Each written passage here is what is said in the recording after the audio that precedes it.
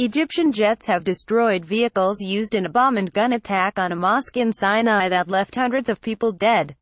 At least 235 people were killed and many others wounded when a bomb exploded in the Al-Rada Mosque in Bir El Abed, and then 40 militants sprayed bullets into the crowds of people who ran outside to escape.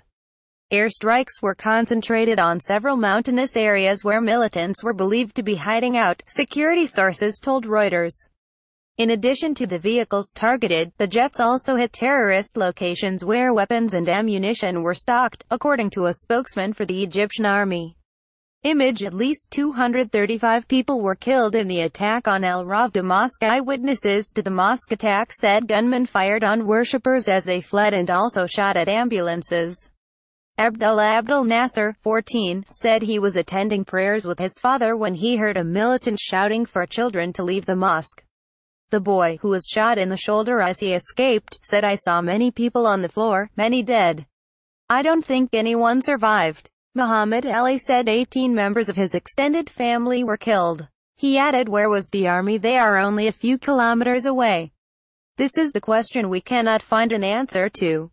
Image: boss of worshippers on the floor of the mosque. The attack on the mosque, largely attended by Sufi Muslims, seen as non-believers, has wounded more than 100 people and is one of the deadliest atrocities in Egypt's modern history.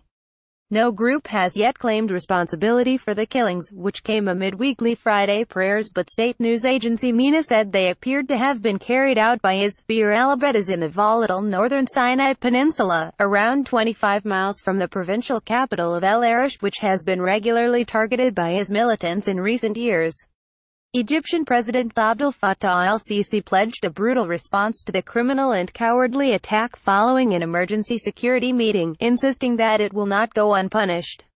Video: worshippers flee mosque attack. He added, "The army and police will avenge our martyrs and return security and stability with force in the coming short period."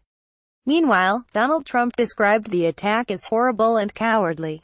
The U.S. president tweeted, "The world cannot tolerate terrorism. We must defeat them militarily and discredit the extremist ideology that forms the basis of their existence." Cairo's International Airport has boosted security following the attack, with troops seen patrolling passenger halls, conducting searches and manning checkpoints. Image: Sinai, Egypt. Egypt's government has declared 3 days of mourning, while the Eiffel Tower's lights were switched off at midnight on Friday in a show of solidarity. IS militants have killed hundreds of police and soldiers in Sinai Peninsula since fighting intensified over the last 3 years, although they have mostly targeted Egypt's security forces. Earlier this year, IS posted a video of the beheading of 2 Sufis in northern Sinai, accusing them of practicing sorcery, and in July the group claimed responsibility for suicide car bomb attacks on 2 military checkpoints in the region, which killed 23 soldiers. Egypt attack. Why were Sufis targeted? They have also targeted Christian churches and pilgrims in the country. A bombing in October 2014 led to the government declaring a 3-month state of emergency, but Friday's attack is the region's deadliest to date. Image: ambulances outside the mosque in Egypt. Middle East analyst Timothy Caldas told Sky News that the military's scorched earth approach towards eliminating IS did not appear to be working, and described the scale of the attacks in the region as unprecedented. The number of attacks has gone down slightly, but the casualty figures have actually risen, he said. He added, "Not enough has been done to win over the local population to deny ISIS safe haven recruits. There's been reports of abuse where captured militants have been executed by the military, so there's a lot of concerns that the way the government is approaching things is actually increasing militancy rather than decreasing it."